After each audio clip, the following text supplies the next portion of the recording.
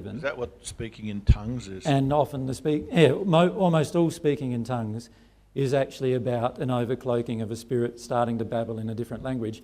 And unfortunately, many times it's actually a spirit in quite poor condition. What's the motivation of the spirit to want to do that?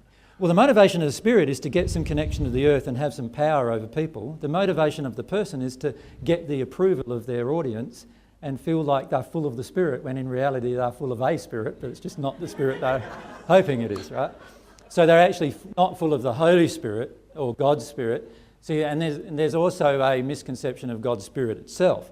They view God's Spirit as an entity or a thing that possesses them, when in reality God's Spirit is the conduit via which the divine love can enter you and possess you.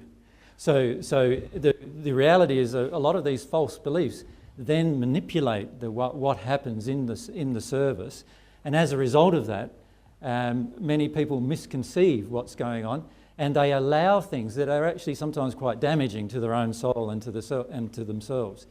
And it's all due to the false belief system that man has created, that we can't sort out the difference between what was happening in a pure way and what was happening in an impure way. And many times, if you started babbling in a different language, for example, right, and then could translate that language on top of that into...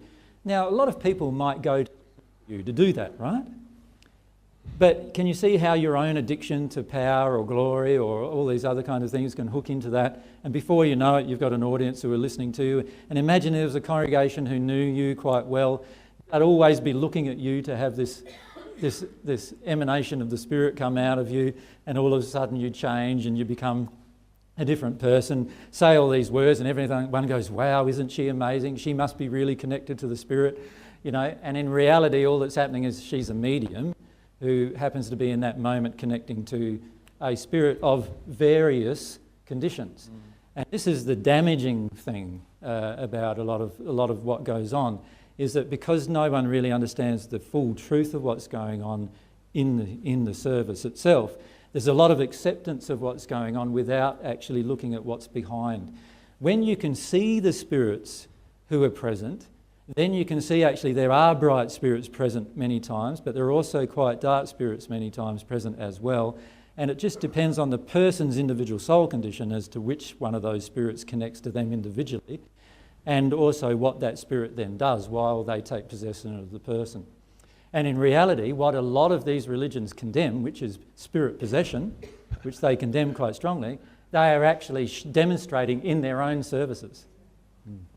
So that's the sad part of it, but there are a lot of very positive parts of it, obviously. One of them is that songs like that that we've just been listening to, particularly the second song, which basically all the way through it has no untruth in it, and talks about God's love raining down on you. That songs like that have also been created by that movement, which is fantastic, because that's a very powerful way to connect to God's love.